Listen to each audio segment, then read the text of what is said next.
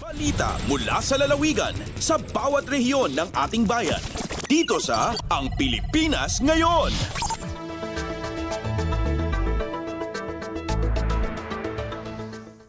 Narito na ang bugso ng ating mga regional news. Dumako muna tayo sa rehiyon ng Luzon. Isinagawang 2024 Paralympics sa lungsod ng Batak naging matagumpay. Ang kabuang ulat ihahatid sa atin ni Jude Pitpitan mula sa Lawag. Nagbali na bida dagiti residente nga daan tirangkap iti bagi. Iti na iswat 2024 Paralympics iti syudad ti Batak. Tinasaw aktibidad ket paset iti panakobserbar iti National Disability and Rehabilitation Week. 8 a cluster barangays ti pinadayawan ti lokal gobyerno kanay kan ti cash prize. Gapo iti panang ipakita dati laing panagkaykaysa kan talento kadagiti na iswat apay ayam apakay bilangan dagiti laro ng lahi kas kuma iti battle relay, battle flip relay, ball relay, longest line kan ti ayam adama. Segun kini Mayor Albert Chua malaksid kadagiti pay ayam adda pay tinayuswat a seminar seknan iti panagaramat iti sign language ken nagarop 30 nga estudyante ti naikan ti certificate ken regalo gapo iti panagturpos da iti elementarya, junior ken senior high school. Manglamnama ti Mayor babaan kadagiti programa ket marik na dagiti nga individual nga isuda ket napatag iti kagimungan ken addamat ti maipaida pamadayaw iti bagbagida. Ti National Disability and Rehabilitation Week diti Pagilian ket may sa selebrasyon amay isuswat iti kada may katlo alawas iti Hulyo babaan iti Proclamation number 1870. Manipod iti syudad ti Lawag, Jude Pitpitan para iti Radyo Pilipinas World Service.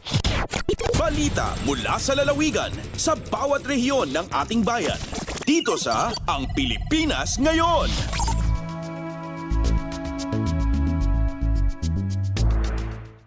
Inyong napakinggan ang ulat ni Jude Pitpitan mula sa Lawag. Pumunta naman tayo sa Agoo, pagpreserba sa kultura ng lalawigan ng La Union, pinatibay sa pamagitan ng 3 araw na pagsasanay. Ang detalye ng balita, ihahatid naman sa atin ni Glenda Sarak. Produktibo ti Inadal Training Workshop nga insayang ka ti Provincial Government of La Union no PGLU maipapaniti history, heritage, kultura, arts ken museums. Dayto nga talo nga aldaw a workshop ket pinasatan dagiti culture and arts officers kastamot na dagiti technical staff ken choreographers ken directors iti 20 a local government units ti La Union.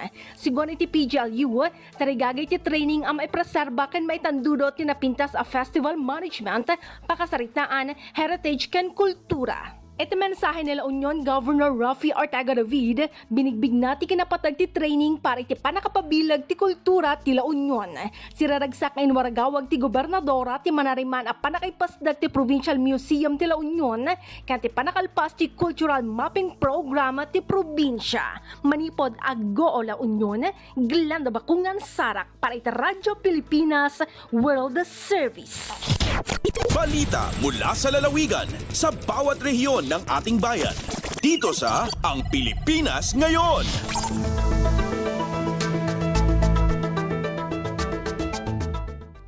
Inyong napakinggan ang ulat ni Glenda Sarak mula sa Agoo. Pumunta naman tayo sa rehiyon ng Kabisayaan. Pagbubukas ng klase sa Eastern Visayas naging maayos. Ang detalye ng balita, ihahatid sa atin ni Daisy Belizar mula sa Borongan. Naging mahimyangan tuhay ang pag-abrihan klase ang mga pampubliko nga eskwelahan na elementary high school sa Sinarangan, Kabisayaan para ang school year 2024-2025. Ininsubay ang naging assessment ang Department of Education Regional Office 8 monitoring teams sumalakan Mrs. Min Calzita, Information Officer han ahinsya.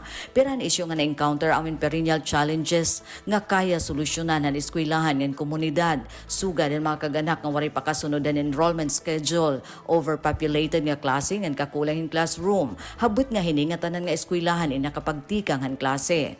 Kasumpay hini nagpaabutin pagpasalamat ti Calzita, hangatanan nga hintutungdan nga ahensyan gobyerno, komunidad nga nagburublig pag-andam han mga eskwelahan nga nagdalan hinumalang puson nga pag-abrihan klase. Ngan basaran enrollment quick count, naabot na 947,789 ang total enrollees ha Eastern Visayas. Tikang ha Borongan City, Daisy Lalosa Belizar, Radyo Pilipinas World Service.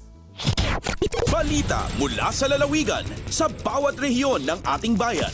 Dito sa Ang Pilipinas Ngayon.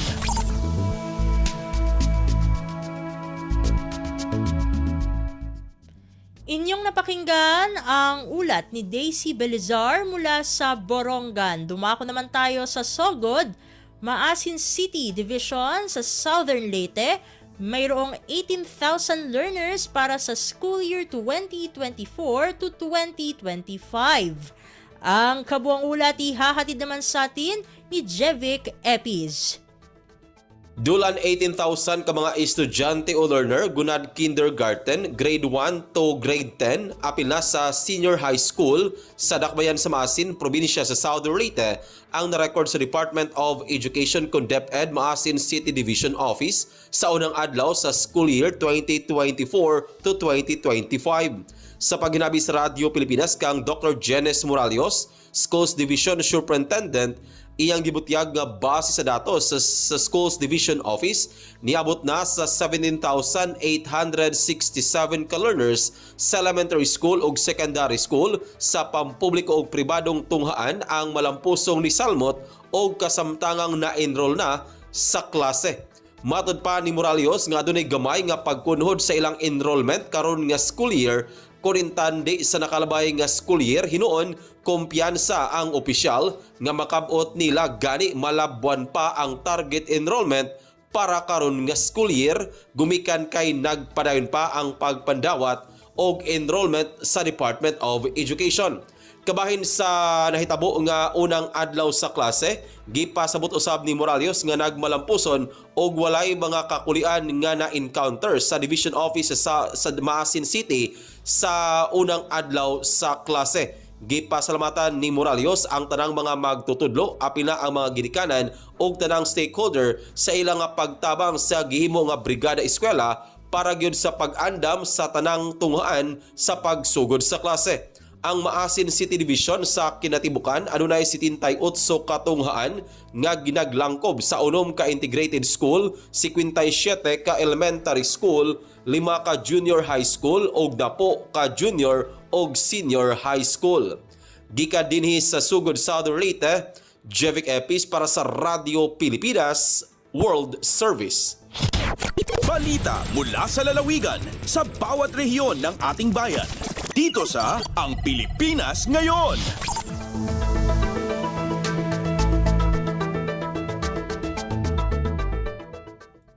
Inyong napakinggan ang ulat ni Jevic Epis mula sa Sogod.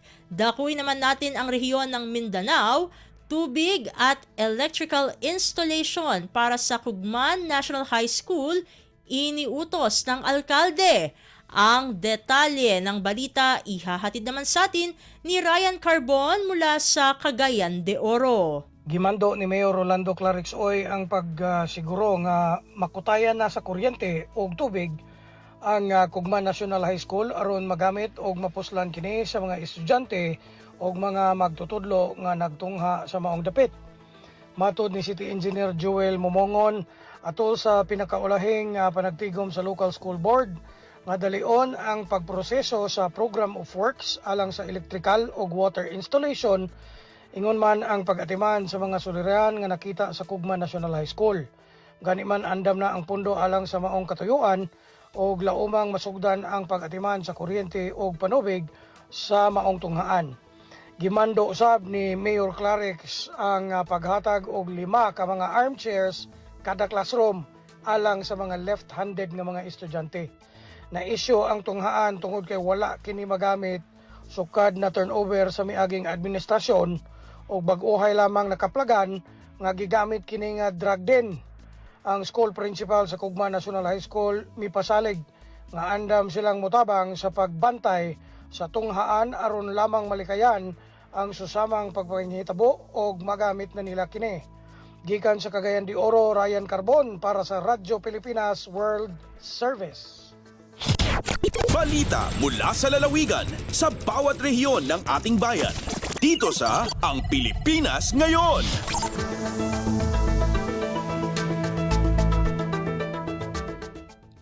Inyong napakinggan ang ulat ni Ryan Carbon mula sa Cagayan de Oro. Puntahan naman natin ang Zamboanga.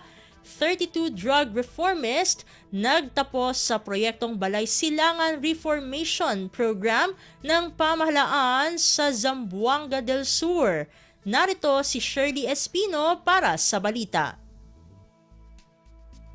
Buenamente puede graduar el 32 mga drug reformists bago na Balay Silangan Reformation Program ng gobyerno ng Munisipalidad de Dumalinaw na probinsya de Zamboanga del Sur. Ya conducí anteayer a graduation ceremony donde participa el diferente mga oficiales lokal del mencionado lugar junto con el Philippine Drug Enforcement Agency o PDEA na rehiyon. El 32 magayaman surrender antes do sa droga prohibido estaba na 11 diferente mga barangay de Dumalinaw. Mientras tanto, rinitang din gracias al Director Regional del PDEA 9 Maharani Gadao ni Tosok con el continuando soporte del gobierno local na programa del gobierno, mientras ya congratula también le con el mga beneficiario del Balay Silangan Reformation Program que ta concentra para darle ayuda y oportunidad que puede otra vez queda productivo y seguir na leyes el mga drug reformists. Desde aquí na syudad de Zamboanga, este si Shirley Espino para na Radyo Pilipinas World Service.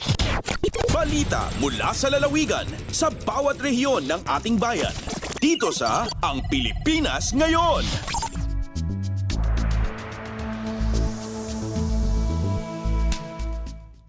Inyong napakinggan ang ulat ni Shirley Espino mula sa Zamboanga. Dumako naman tayo sa Butuan.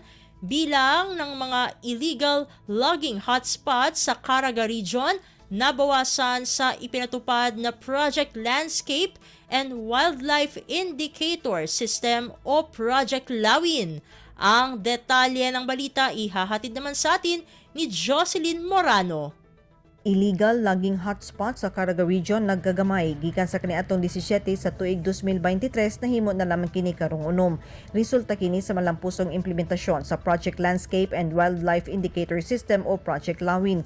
Diin gawa sa pagtutok sa pagprotekta, pagpreserba ug pagsustene sa maayong pagdumala sa kalasangan ug biological resources sa rehiyon gihingos gan usab ang anti-illegal logging operations. Sigon ni OIC Regional Executive Director Marites Ocampo sa DNR Caraga, hugot silang nakig-alay sa sikbit ng mga rehiyon sama sa Bukidnon sa Northern Mindanao ug Davao Region aron ma-intercept ang mga illegal forest products.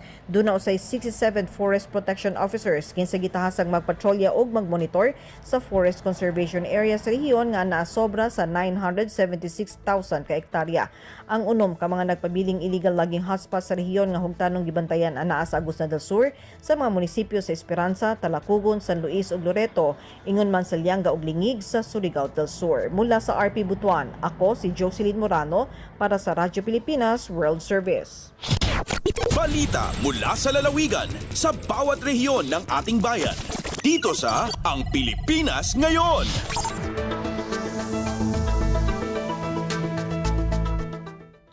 Inyong napakinggan ang ulat ni Jocelyn Morano mula sa Butuan. Puntahan naman natin ang Iligan, mahigit 3,000 local at overseas na bakanteng trabaho, alok ng Peso Iligan City sa isinagawang job fair sa naturang lungsod. Ang kabuang ulat ihahatid naman sa atin ni Sharif Timhar Habib Majid. Mitanyag og 3,509 ka mga local ug overseas nga bakanteng trabaho ang LGU Iligan City pinaagi sa Public Employment Service Office o PESO atol sa gipahigayon nga 2-day Gaisano Mall Anniversary Job Fair niadtong July 29 hangtod 30 sa Gaisano Mall sa Dakbayan. Sa pakiktambayayong kini sa Department of Labor and Employment Region 10 Lanao del Norte Provincial Field Office o LDNPFO, Department of Migrant Workers ug uban pa. Sa pakikinabi kay PESO Labor and Employment Officer Ralph Messina, lingon siya nga dako kini og gikatabang sa mga nangita og trabaho ug usa kini kalakang aron maminusan ang unemployment rate sa Dakbayan ug mga silingang probinsya. Matud ni Hyron Dagdag, 21 anyos nga out of school youth, usa kini kadako nga oportunidad kaniya aron matabangan niya ang iyang pamilya. Base sa report sa Dole 10 LDNPFO Employment Focal CTI na andig, kapin sa 500 katawo ang midagsa sa Mount Job Fair ug 7 ang na-hire on the spot. Inumduman nga gitahon ni Presidente Ferdinand R. Marcos Jr. sa iyahang ikatulo nga zona nga ang employment rate misaka sa 95.9% sa nasod ug ang underemployment rate mikunhod sa 9.9% sa Mayo 2024. Ikan sa Radyo Pilipinas Siligan, kini Sharif Timhar alang sa Radyo Pilipinas World Service. Balita mula sa lalawigan sa bawat rehiyon ng ating bayan. Dito sa Ang Pilipinas Ngayon.